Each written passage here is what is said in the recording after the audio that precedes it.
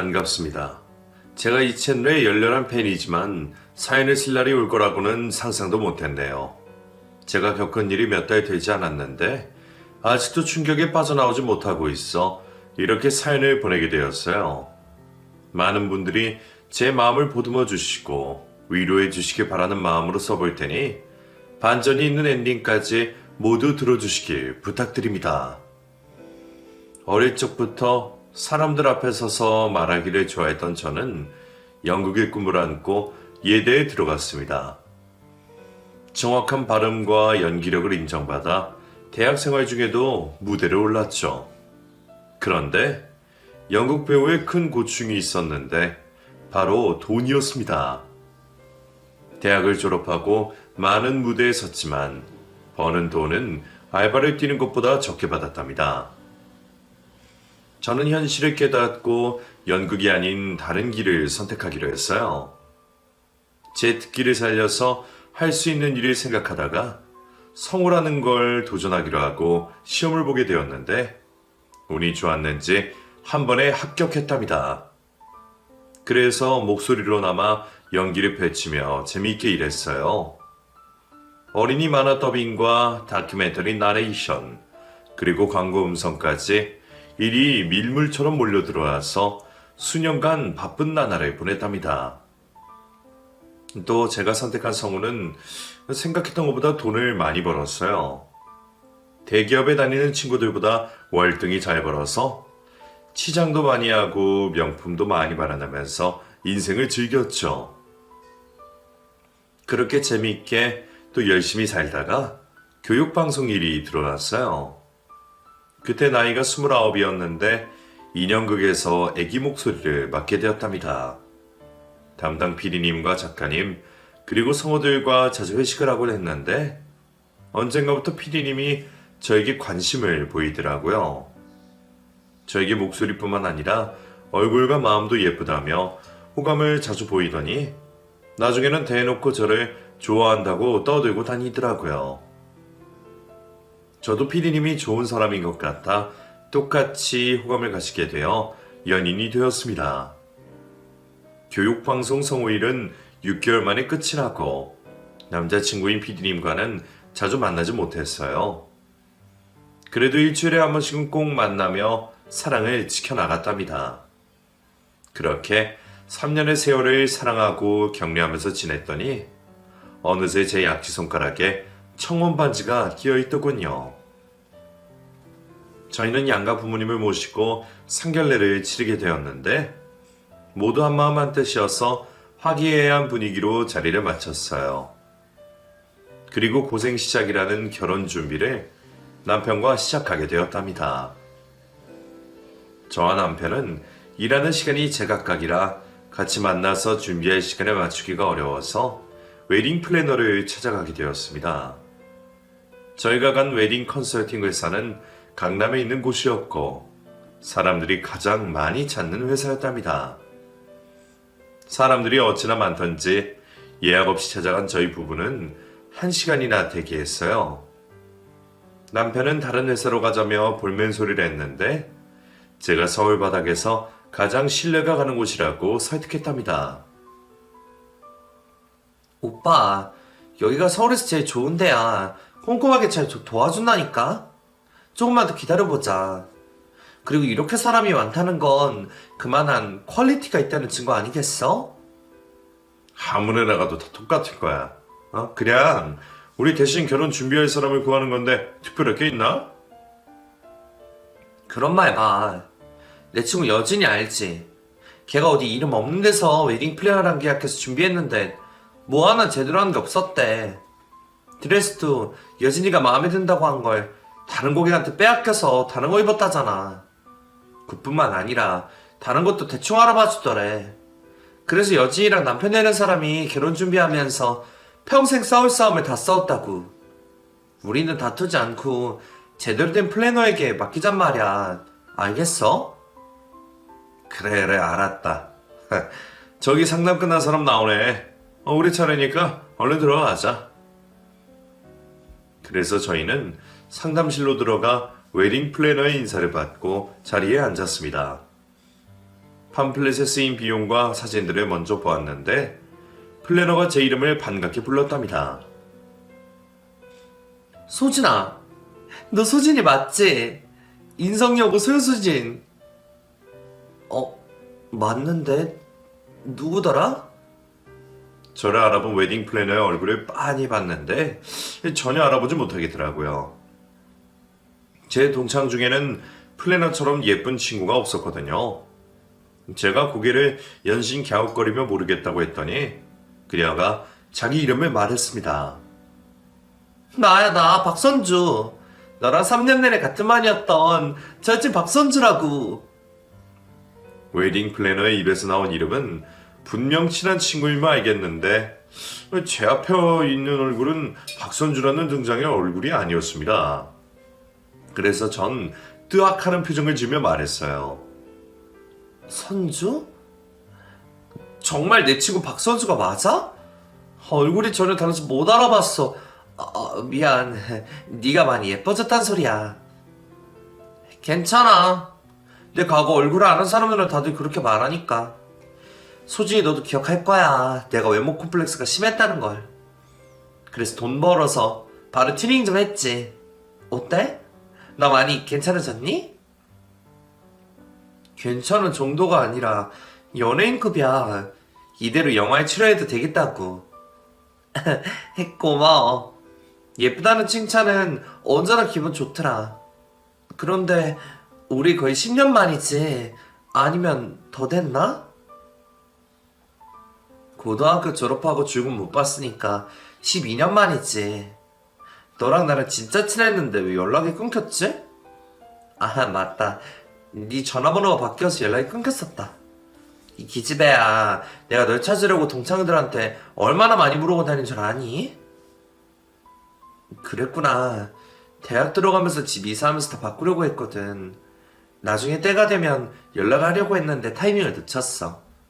어쨌든 다시 만나서 너무 반갑다, 친구야. 나도 너무 반가워. 나중에 술이나 한잔 하자. 그래, 꼭 그러자. 아차, 나 지금 일하는 중이었지. 소진이 널 보고 너무 반가워서 뭐 하는지도 까먹고 있었네. 소진이 너 결혼하는구나?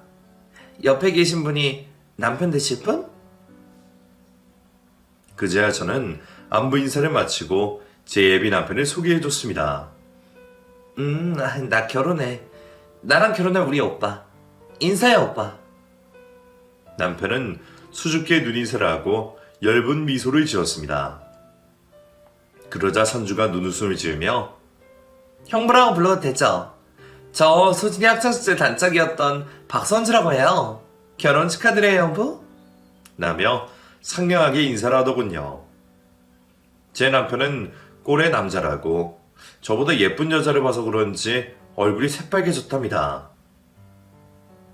오빠 뭐야? 내 친구한테 반항이라도 한 거야? 왜 얼굴이 빨개지고 난리지? 아니야. 여기가 더워서 그런 것 같아. 아무튼 선주씨 반가워요. 그럼 일 얘기하도록 하죠. 맞다, 선주야. 우리가 서로 바빠서 결혼 준비하는데 한계가 보이더라고. 앞으로 2달 안에 준비를 해야 하는데 많이 빠듯할까? 실력 있는 플래너 붙여주라.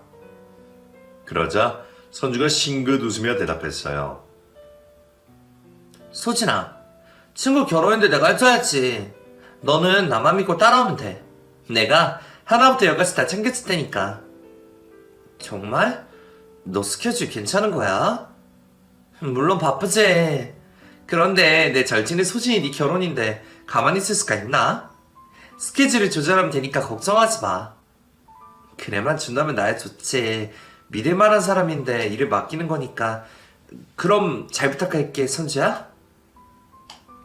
저희는 친구 선주를 믿고 계약서를 썼고 카드로 한 번에 결제까지 했답니다. 그런데 선주가 알고 있는 신혼부부가 워낙 많아서 시간 맞추는데 조금 애를 먹었어요. 드레스샵을 가는데 사흘이나 지나고 찾아갔답니다. 먼저 남편이 여러 턱시도를 피팅했는데 선주가 매번 리액션을 크게 해주더라고요. 어머, 형부. 옷태가 좋으니까 뭐든 잘 어울려요. 어떤 옷 입어도 다 성공이라고요? 정말요? 그럼 그 중에 어떤 게 제일 나은가요? 저는 두 번째 입었던 턱시도요.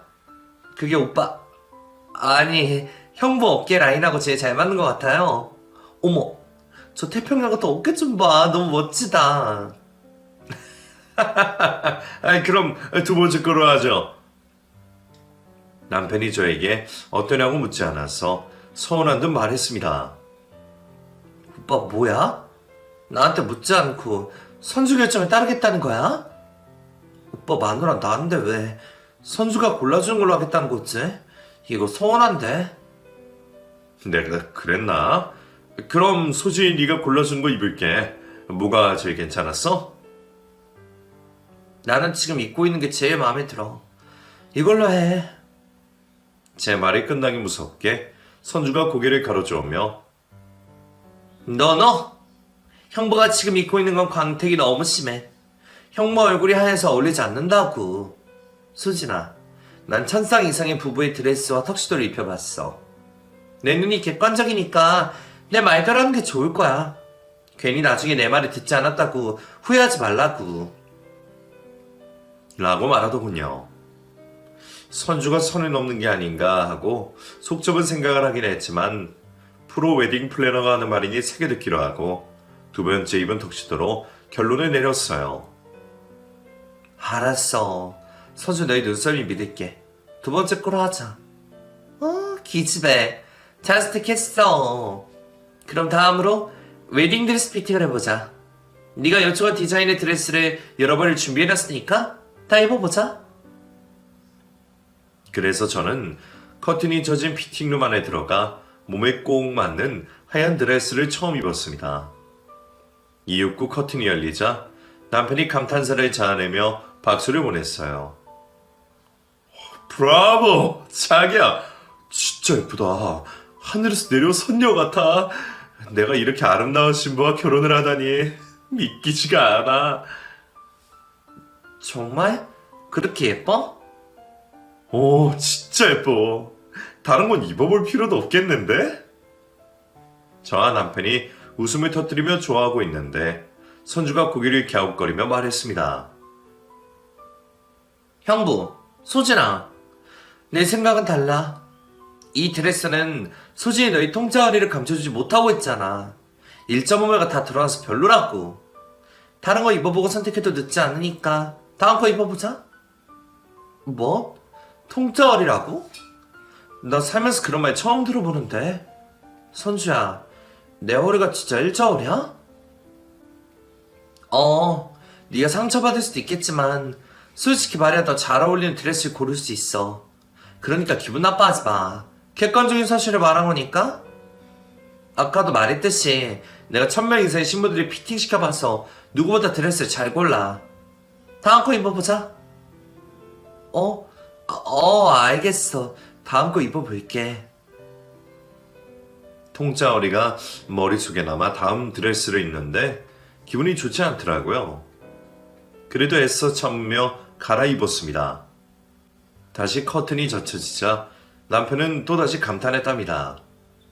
너무 아름다워 눈이 부신다며 입에 기에 걸렸다고요. 그런데 선주는 또다시 검지손가락을 저으며 말했어요. 너 이것도 아니야. 소진이 옆구리 살이 처지는 게 너무 티난다. 너 숨겨진 살이 장난 아니다. 다음 거 입어보자. 뭐? 옆구리 살? 선주야, 나 마른 체형이야. 옆구리 살이 처져 보인다는 소린 생전 처음 들어본다고. 누가 옆구리 살을 꼭 집어서 말하겠어. 다들 속으로만 생각하고 만 거야. 아까도 말했지만 내가 하는 말이 기분 나쁘게 듣지 마. 어디까지나 객관적으로 보고 평가하는 거니까. 옆구리살 많이 처진 거 맞으니까 다음 거 입어보자. 저는 인상을 구기고 다시 다음 드레스를 입었습니다. 그러자 이번에도 다음에도 선주는 제 몸의 단점을 꼽으며 드레스가 어울리지 않는다고 힘을 빼놓더라고요. 남편은 아무 문제 없어 보인다고 아무거나 입어도 예쁘다고 했는데 말이죠. 그래도 친구이자 웨딩 플래너가 냉정하게 하는 말이니 틀린 말이 아니라 생각하고 받아들였습니다. 그랬더니 선주가 소진아. 아무리 웨딩드레스 피팅은 다음에 해야겠다. 지금 너의 사이즈로는 드레스를 늘려야 할 판이라고. 그럼 옷태가 살지도 않고 예쁘지도 않아? 그러니까 다이어트를 좀 하고 다시 입어보자. 어때? 라고 아주 냉정하게 말하더군요. 저는 잠시 생각을 하다가 이내 선주의 말에 따르기로 했어요. 결혼 전 신부들이 다이어트를 하는 건 너무나도 당연한 일이었기 때문에 살을 좀 더 빼고 다시 입어보기로 결정했답니다. 그래서 아쉬움을 뒤로한 채 집으로 돌아왔고 이틀 뒤 혼수를 보러 남편과 만났습니다. 그런데 선주가 스케줄이 꼬였다며 다음 날로 미루면 안 되겠느냐고 하더라고요. 선주야, 우리 어렵게 시간 빼서 나온 건데 약속을 어기면 어떡해. 미안해 소진아. 미리 예약된 스케줄이 체크하지 못했어. 대신 내일 내가 혼수랑 예단까지 다 보여줄게. 네가 원하는 컨셉으로 다 짜놨으니까 빨리 끝내줄게. 미안하다 친구야. 내일은 내가 시간이 안 돼서 그렇지. 직접 보고 고르고 싶었는데 말이야. 아 그래? 그럼 형 부른 시간이 되는 거지. 내가 형부랑 같이 돌아다니면서 다 준비해줄게. 그러니까 한 번만 봐주라. 알았어. 너 없으면 오늘 하루 안에 혼수를 다 고르지 못할 테니 내일 너랑 오빠한테 맡겨야지. 대신 내가 말한 컨셉대로 가구랑 가전제품 골라야 해. 고마워 소진아. 내가 내일 색감, 디자인, 실용성까지 다 따진 것들로만 골라줄게. 일일이 다 사진으로 보내줄 테니까 너는 보고만 받으면 돼. 저는 할 수 없이 다음날 일을 하러 갔고 남편과 선주가 둘이서 혼수와 예단을 고르러 갔습니다. 그런데 선주는 일 처리를 정말 잘해서 4시간 만에 제가 원하는 디자인과 색감의 혼수를 모두 맞춰주었고 예단 역시 제 생각보다 더 마음에 드는 것들로만 마련해 주었어요. 그리고 다음 스케줄로 예물을 보러 가야 했는데 이번에도 제가 바쁜 시간을 골라 남편과 선주 둘이서 예물을 보러 갔답니다. 저는 사진으로만 보고 선택을 했죠. 계속해서 신혼여행지, 예식장과 청첩장, 음식과 맞춤떡까지 저를 빼고 두 사람이 알아보다 다녔습니다. 어찌되었든 결혼식만 무사히 올리면 되기 때문에 선주를 믿고 있었죠. 그런데 결혼식은 한 달 앞으로 다가왔는데 아직 청첩장이 나오지 않았답니다. 바로 선주에게 연락해 청첩장을 빨리 돌려야 하는데 왜 아직 소식이 없느냐고 물었더니 자기가 고급 용지를 선택해서 인쇄하는데 기간이 더 걸린다는 변명을 하더라고요. 선주야, 고급 용지는 인쇄하는데 기간이 더 걸려? 무슨 그런 말도 안 되는 핑계를 대. 소진아, 그게 아니라 청첩장 디자인이 너무 마음에 들지 않아서 다시 해달라고 했어. 또 비싼 고급 용지가 인쇄되는 곳이 한 곳밖에 없어서 좀 딜레이 되는 거야. 소진아, 한 번뿐인 결혼식인데 대충 만들면 좋겠니? 청첩장 만든 사람들이 기분 좋게 만들어야 할 거 아니야. 나 믿고 조금만 기다려줘. 선주의 핑계인지 해명인지 모를 대답에 저는 까칠하게 말했습니다. 알았어. 대신 일주일 안으로 나와야 해. 친구들이랑 지인들하고 약속이 잡혀 있어서 일주일 안으로 준비가 되어 있어야 해. 걱정하지 마. 내가 다 알아서 해줄 테니까. 넌 다이어트나 열심히 해. 다음 주에 다시 드레스 피팅하는 거 잊지 않았지? 어떻게 살 좀 뺐니?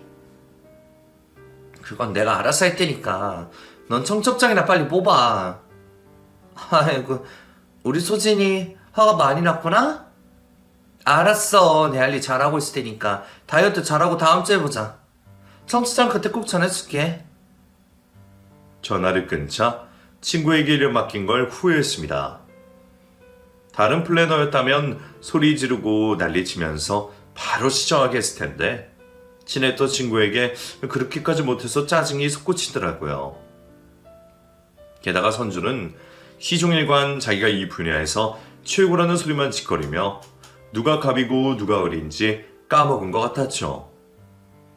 나중에 따끔하게 한 소리를 할까 하다가 괜히 결혼 전 기분을 망치기 싫어서 그냥 참기로 했답니다. 4일 뒤 저와 남편은 모처럼 같이 쉬는 날이 겹쳤어요. 그동안 그이가 저 대신 결혼 준비를 하느라 수고해줘서 시외로 나가 드라이브도 하고 맛있는 식사를 사줄 계획을 세웠습니다. 오빠, 우리 데이트한 지 너무 오래된 것 같다. 오늘 우리 둘 다 쉬는 날이니까 모처럼 드라이브 나가서 노는 게 어때? 오늘? 어떡하지? 나 갑자기 스케줄이 생겨서 방송국에 가야 할 것 같아. 추가 촬영할 게 생겨서 시간을 빼지 못하겠는데. 아, 그래? 그럼 할 수 없지. 뭐, 일 잘하고 와. 자기도 푹 쉬어. 저는 아쉬움을 남긴 채 혼자 집에서 빈둥거리고 있는데 문득 남편에게 서프라이즈 선물을 해주고 싶었답니다. 마음먹은 김에 바로 일어나서 남편에게 가져다 줄 도시락을 정성껏 준비했어요. 별건 아니지만 김밥과 유부초밥, 불고기를 잔뜩 준비해서 예쁘게 포장했답니다. 양손 가득 바리바리 싸들고 남편이 일하는 방송국으로 찾아가 녹화하는 스튜디오를 찾아갔는데 그곳엔 남편이 없더군요. 그래서 스텝으로 보이는 사람을 붙잡고 물었습니다. 저기, 오늘 박 PD님 녹화 어디서 하나요? 어린이 인형극 하는 프로그램인데. 그 박 PD님이요? 어제 휴가 가셨는데? 오늘까지 휴가 가신다고 했어요. 네? 휴가를 갔다고요? 제가 말한 사람이 박진석 PD인데 맞나요? 네, 맞아요. 내일이나 오실 거니까 그때 찾아오세요. 남편이 저에게 거짓말했다는 사실에 화가 나서 전화를 걸었더니 받질 않더군요. 어디서 뭘 하길래 벌써부터 거짓말을 하는 건지 속이 뒤집혔답니다. 집으로 돌아와 계속 연락해봤지만 연결이 되지 않다가 늦은 밤에서야 전화가 올려왔어요. 수진아, 미안해. 바빠서 전화를 못 받다. 지금 집이야? 오빠, 나 오늘 방송국에 다녀왔어. 오빠 어제 휴가 냈다던데 어떻게 된 건지 설명해봐. 방송국에 갔었어? 미안해, 소진아. 저는 휴대폰에 대고 소리를 꽥 질렀습니다. 어디에 다녀왔냐고. 벌써 바람이라도 난 거야? 아니야, 그게 아니라 친구들이 총각 파티 해준다고 해서 늦게까지 술 마셨어. 그런데 자기가 생각하는 이상한 일은 하나도 없었어. 뭐? 총각 파티? 결혼 전에 할 건 다 하려나 보네. 그래서 재미 좋았어? 아가씨들 끼고 술 마셨지? 아니야, 내가 널 두고 다른 여자랑 왜 술을 마시겠어? 친구들이 하도 한턱 내라고 쏘아붙여서 총각 파티라고 이름만 붙이고 친구네 집에 모여서 술 마셨어. 자기를 속인 건 정말 미안하게 생각해. 남편이 연신 사과를 하자 저는 억지로 참으며 말했습니다. 결혼이 얼마 남지 않아서 봐주는 거야. 다음에 또 거짓말하고 딴짓하면 가만 안 둬. 알겠어. 다신 거짓말하지 않을게. 끊어. 내일 모레 드레스 보러 갈 때 데리러 와. 모레 보자, 자기야. 사랑해. 그렇게 남편의 거짓말을 듣고 제 속은 더 부글부글 끓더군요. 선취 때문에 기분 나쁜 게 동시에 떠올라서 온몸이 뜨겁게 달아올랐답니다. 저는 겨우 참아가며 결혼한 친구들에게 전화를 돌리며 남자들은 원래 총각 파티라는 거냐 물었더니 한 번쯤은 봐줄 필요가 있다고 하더라고요. 그리고 선주 이야기를 꺼냈더니 웨딩 플래너가 무슨 짓을 해도 신부가 예민한 시기라 곱게 보이지 않는 거라며 저에게 화를 가라앉히라고 조언을 주었답니다. 결국은 저만 참으면 모두 잘 넘어갈 일이라는 걸 깨달아 모든 걸 제 탓으로 생각하고 답답한 마음을 부여잡고 바람을 쐬었습니다. 그리고 이틀 동안 굶어서 억지로 다이어트를 하고 드레스를 보러 가는 날이 다가왔어요. 남편에게 데리러 오라 했더니 방송국에서 바로 가야 할 것 같다며 드레스샵으로 바로 오라고 하더군요. 그래서 혼자 택시를 타고 한참의 시간을 달려 지난번에 들렸던 드레스샵에 도착해 안으로 들어갔더니 남편 혼자 우두커니 서 있더라고요. 오빠 왔어? 그런데 선주는? 선주? 아, 곧 올 거야. 뭐야, 오빠 왜 내 친구 이름을 애인처럼 불러? 내가 그랬나? 아무튼 왔으니까 조금만 기다려보자. 저는 드레스 입을 준비를 하려고 외투를 벗고 전신 거울 앞에 서서 몸매를 체크하고 있었습니다. 선주가 제 옆구리 살이 어쩌고 저쩌고 하지 못하도록 쫙 빼버린 잘록한 허리를 보고 만족하고 있었죠. 그런데 잠시 후 선주 목소리가 들린 곳은 드레스샵 입구가 아니라 커튼 뒤 피팅룸에서였습니다. 소진이 왔니? 잘 봐, 소진아. 이윽고 커튼이 열리며 드레스를 입은 선주가 눈에 들어왔어요. 예쁘다는 생각은 전혀 들지 않았고 왜 제가 입을 드레스를 자기가 입고 있는지 골똘히 생각했죠. 뭐야? 네가 왜 내 드레스를 입고 있는 거야? 먼저 피팅이라도 하고 있던 거니? 선주는 손으로 입을 가리며 낄낄 웃더군요. 그런데 웃음소리가 마치 비웃는 소리로 들렸습니다. 소진아, 너 어떡하냐? 네 남편이 나랑 결혼하기로 했다? 그게 무슨 개뿔 뜯어먹는 소리야. 선주 너 지금 장난하니? 이게 웃겨? 결혼 전에 신경이 예민한 나한테 시비를 걸고 싶은 거야? 장난? 넌 이게 장난으로 보이니? 못 믿겠으면 네가 오빠한테 직접 물어봐. 선주는 지나치게 당당한 태도로 말했답니다. 기가 막히고 어이가 없어 고개를 돌려 남편의 얼굴을 봤더니 당황한 기색이 역력한 데다 식은땀까지 흘리고 있더군요. 오빠 뭐야? 저 기집애 가는 말이 사실이야? 말을 좀 해봐.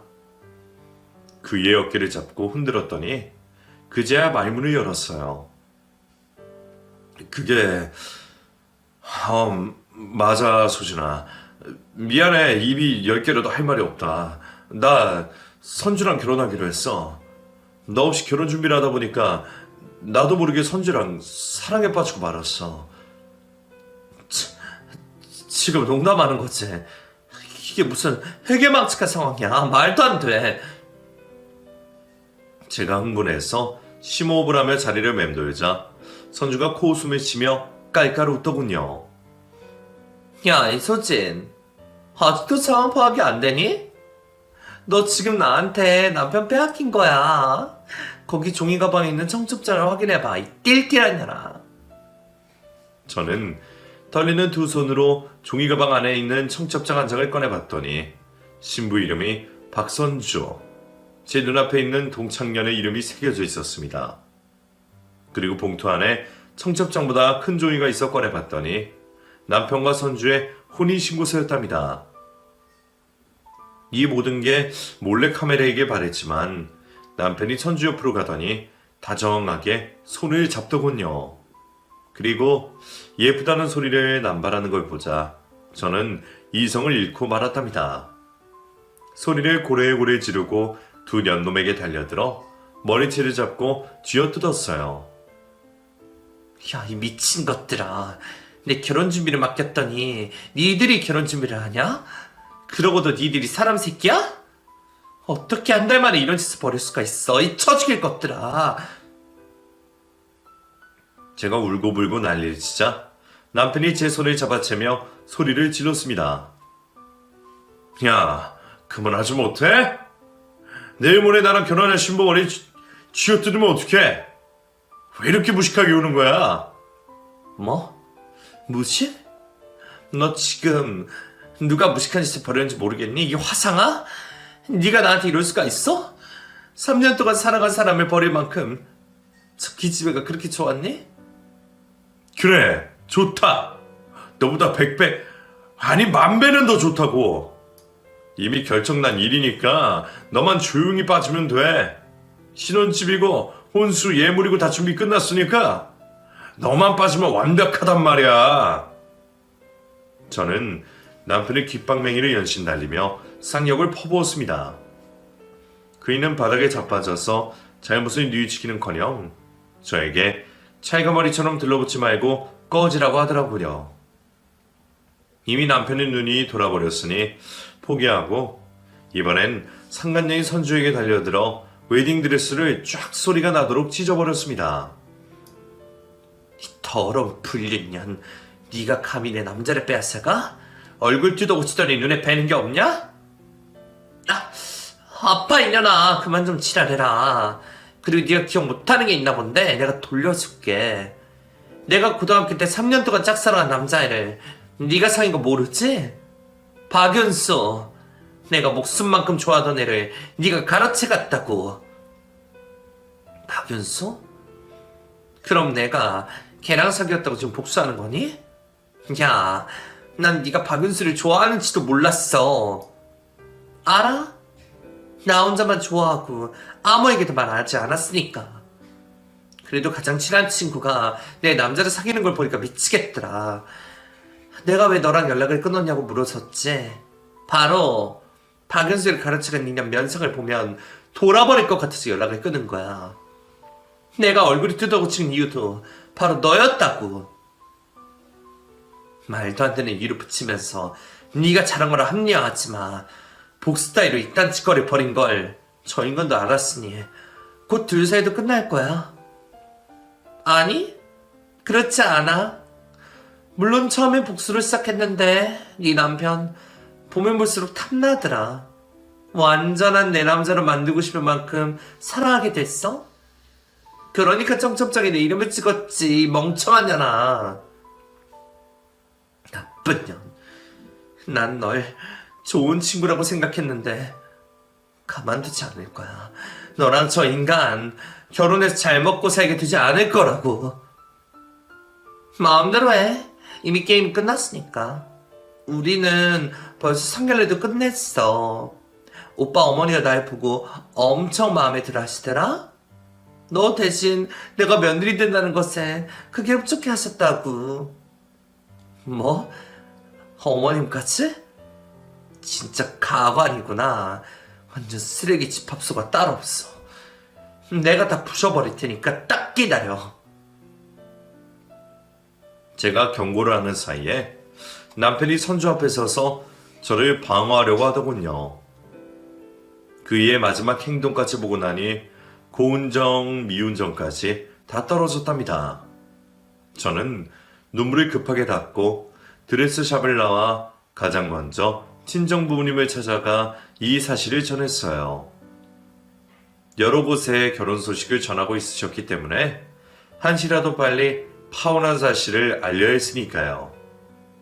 부모님은 기가 막히고 황당하다면서 시어머니한테 전화를 걸었는데 선주가 말했던 것처럼 이미 다른 며느리를 들이게 되었다며 당당하게 말했답니다.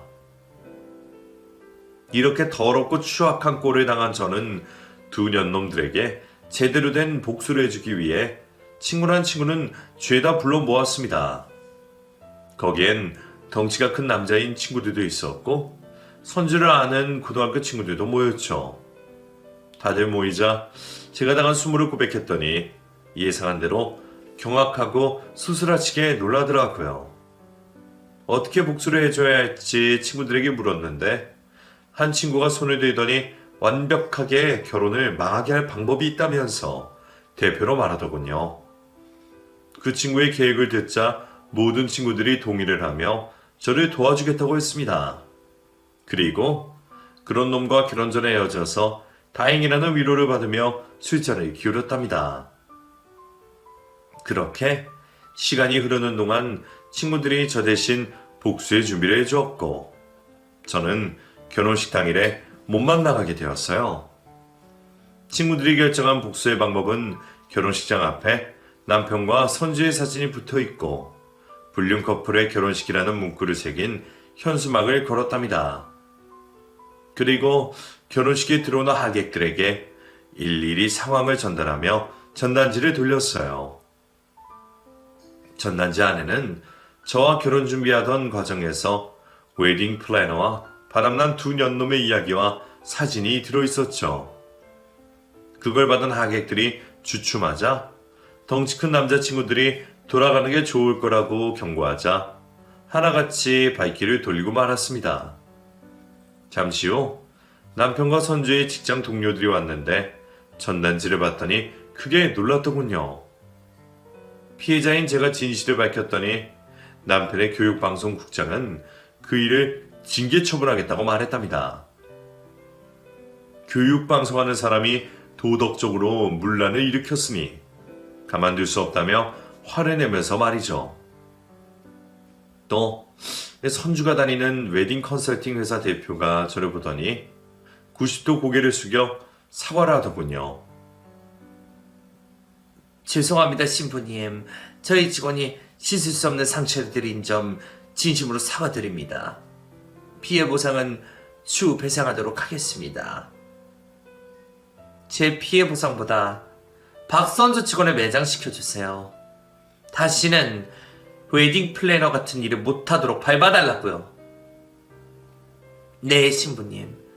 이 바닥에서 발붙이지 못하도록 최선을 다하겠습니다. 업계 사람들에게 블랙리스트로 뿌리겠습니다. 불륜 커플들의 회사 상사들이 일자리를 빼야겠다는 말이 듣자 화가 조금 가라앉더군요. 그렇게 1시간 내내 서서 하객들을 돌려보냈더니 이를 이상하게 생각한 남편과 선주 그리고 양가 부모가 달려나오더라고요. 다들 한껏 차려입은 채로 말이죠. 선주는 드레스를 질질 끌며 입구로 나왔습니다. 야, 이소진. 너 이게 뭐 하는 거야? 네가 한다는 복수가 이거냐?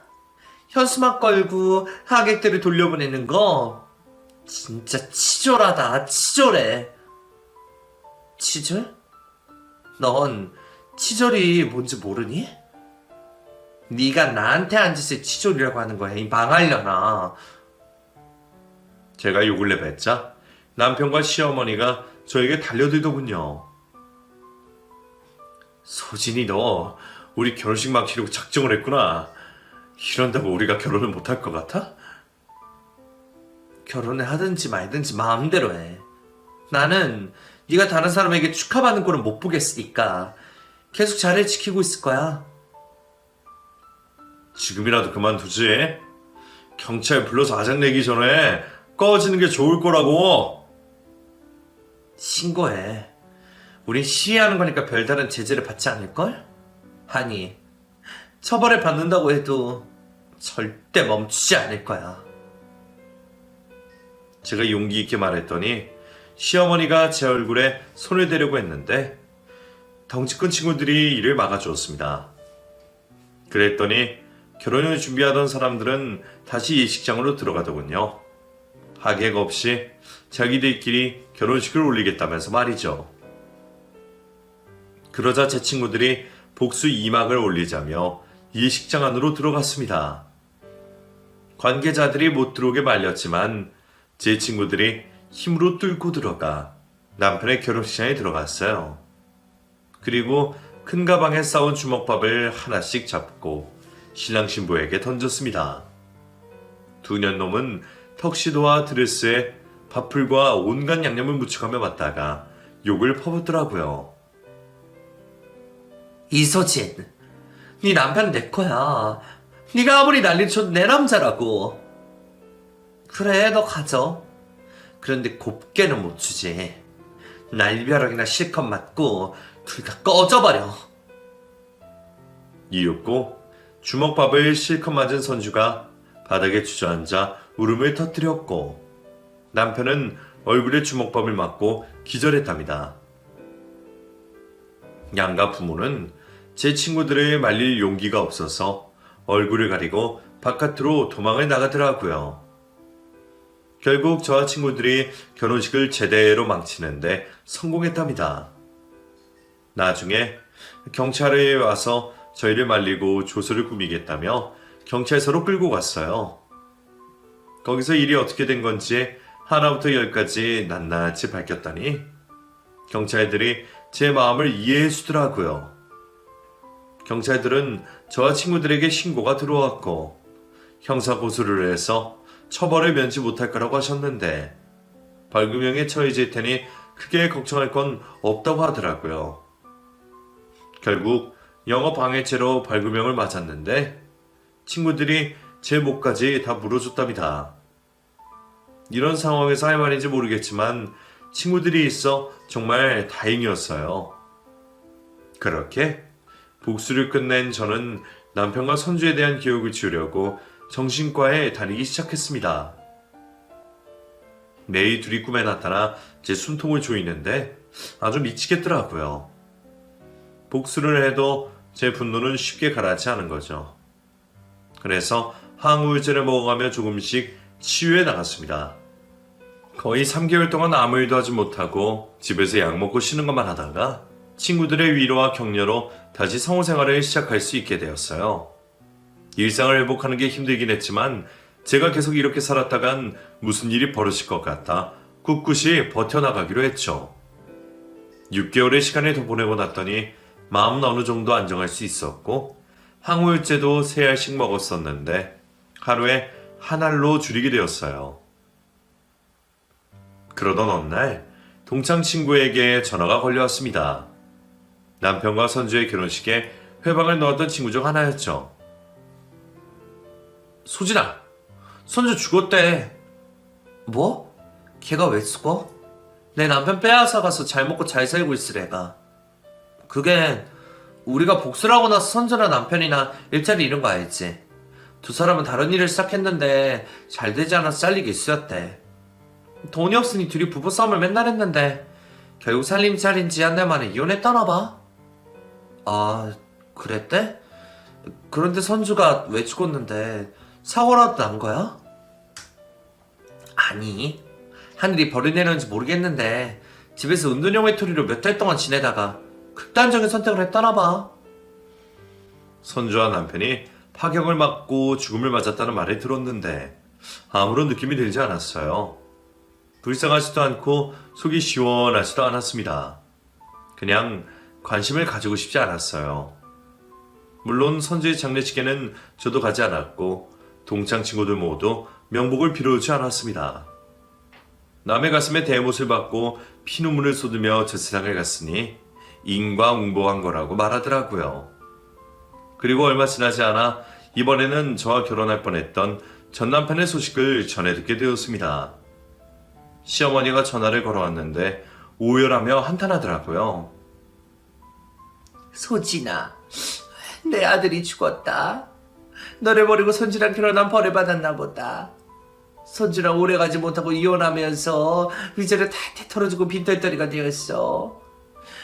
진석이네 방송에 잘린 뒤 일할 곳이 구하지 못해서 알바로 일저일하면서 입에 풀칠하면서 지내다가 술에 의존하며 살게 되었어. 그런데 이 녀석이 이틀 전 공원에서 술 먹고 잠이 들었는데 그대로 객사하고 말았다. 나 이제 어떡하면 좋으냐 소진아? 이래 와서 진석이를 용서하고 명복을 빌어주면 안 되겠냐? 제가 거길 왜 가요? 어머님 아들이 죽든 살든 저와는 상관없는 일입니다. 그러게 천벌받을 짓을 왜 했답니까? 여하튼 어머님 아들이 하나도 가엾지도 불쌍하지도 않아요. 그러니까 다시는 연락하지 마세요. 소진아, 소진아. 시어머니의 애절한 목소리가 들렸지만 과감하게 끊어버렸습니다. 그렇게 저희 복수는 바람난 두 년놈의 죽음으로 끝을 맺게 되었답니다. 이후 저는 상처가 회복되는 것 같으면서도 꿈자리에서 전 남편과 선주가 가끔 나타나 괴롭히고 있어요. 그래서 요즘도 항우울제를 먹으며 지내고 있답니다. 두 사람이 죽고 나서 제가 죄인인가 싶은 죄책감이 드는 날이 많더라고요. 여러분이 보셨을 때는 제가 너무 크게 복수한 거라 생각이 드시나요? 마음을 다잡고 살아갈 수 있게 댓글로 한 말씀 써주시면 힘내서 살 수 있을 것 같습니다. 그럼 저의 사연을 줄이도록 할게요. 경청해주신 여러분께 감사의 말씀을 전합니다. 고맙습니다.